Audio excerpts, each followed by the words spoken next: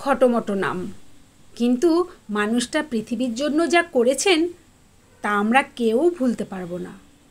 সেবাস্টিয়াও Ribeiro স্যালগাদোর। 1944 সালে ব্রাজিলে জন্ম হয়েছে তার। সে দেশের একজন নামকরা চিত্র সাংবাদিক তিনি।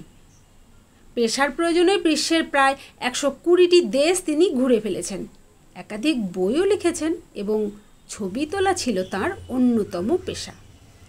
এই মানুষটা যা করেছেন সেটা যদি শোনো তোমরাও চমকে উঠবে। এই মানুষটি অর্থাৎ সেবাস্টিয়াও প্রায় 32 একর জমি জুড়ে জঙ্গল বানিয়েছেন তার নিজের হাতে। তবে নিজের হাতে নয়, তার সঙ্গে ছিলেন তার স্ত্রী লেইলা। একসময় 1994 সালে মধ্য আফ্রিকার রোয়ান্ডায় যুদ্ধ চলাকালীন সেই বিষয়ে একটি তথ্যচিত্র তৈরি করতে গিয়েছিলেন সেবাস্টিয়াও। এই ঘটনার ভয়াবহ তীব্রতা তিনি সহ্য করতে পারেননি।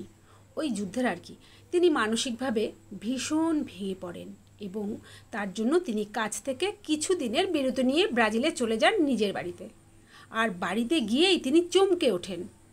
সেবাস্টিয়াও জানান, ব্রাজিলে যে এলাকায় উনি থাকতেন সেখানে বিশাল এক অরণ্য ছিল। সারাদিন কলকাকলিতে মেতে থাকতো সেই অরণ্য।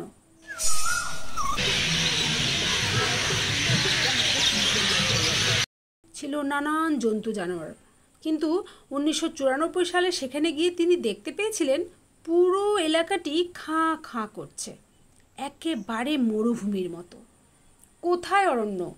একটি গাছও অবশিষ্ট নেই সেখানে। সেবাস্টিয়ার কথায় আমি যেন ভেতর থেকে মরে গিয়েছিলাম। বাঁচতে ইচ্ছে করছিল না আমার স্ত্রীকে আমি সব খুলে বলি। তখন তিনি আমাকে বলেন, চলো আমরা এখানে আবার নতুন করে এক অরণ্যের সৃষ্টি করি, যেমন ভাবা তেমন কাজ। ব্রাজিলে একটা সংস্থা গড়ে তোলেন সেবাস্টিয়াও এবং লেইলা। আর সেই সংস্থাটির তরফে 4 লক্ষ চারা গাছ পোতা হলো। 32 কোটি একর জমিটি জুড়ে গাছের চারা পুঁততে শুরু করলেন এই দম্পতি, সেবাস্টিয়াও এবং লেইলা। স্থানীয় এলাকাতে যে গাছগুলি বেড়ে ওঠে সেই গাছেরও বীজ পোতার সিদ্ধান্ত নেন সেবাস্টিয়াও। একটি সাক্ষাৎকারে তিনি বলেন, নিবিড় জঙ্গল তৈরির পরিকল্পনা করলে শুধু গাছ লাগালেই হয় না, এলাকাটি এমনভাবে তৈরি করতে হয় যেন আশপাশ থেকে কীটপতঙ্গ বা সাপখোপও আসতে পারে সেখানে। নানান রকম প্রজাতির জীবজন্তুও যেন সেখানে আশ্রয় নিতে পারে। আর তাহলেই সামগ্রিকভাবে একখানি অরণ্য বেড়ে উঠতে পারবে। এখন এই দম্পতির বানানো ব্রাজিলের ওই অরণ্যতে রয়েছে 20 লক্ষেরও বেশি, মোট 293টি প্রজাতির গাছ,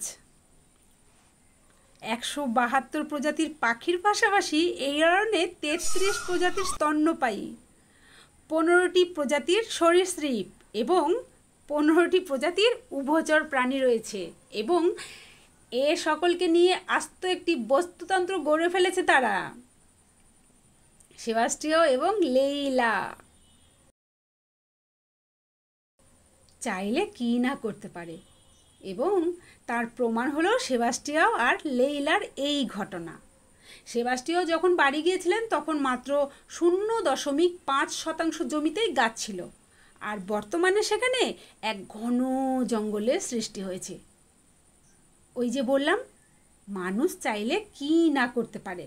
আসলে সচেতন হতে হবে আমাদেরকে, মানুষকে, তাহলে প্রকৃতি আবার আগের মতো হয়ে যাবে, আবার ভালোবাসার জন্য উন্মুক্ত আঁচল বিছিয়ে দেবে, ভালোবাসবে সকলে। প্রকৃতি যে ভালোবাসার জন্যই এসেছে, ভালোবাসার জন্য তার উন্মুক্ত আঁচল বিছিয়ে রেখেছে, আর তা যে আমাদের সামলে রাখতে হবে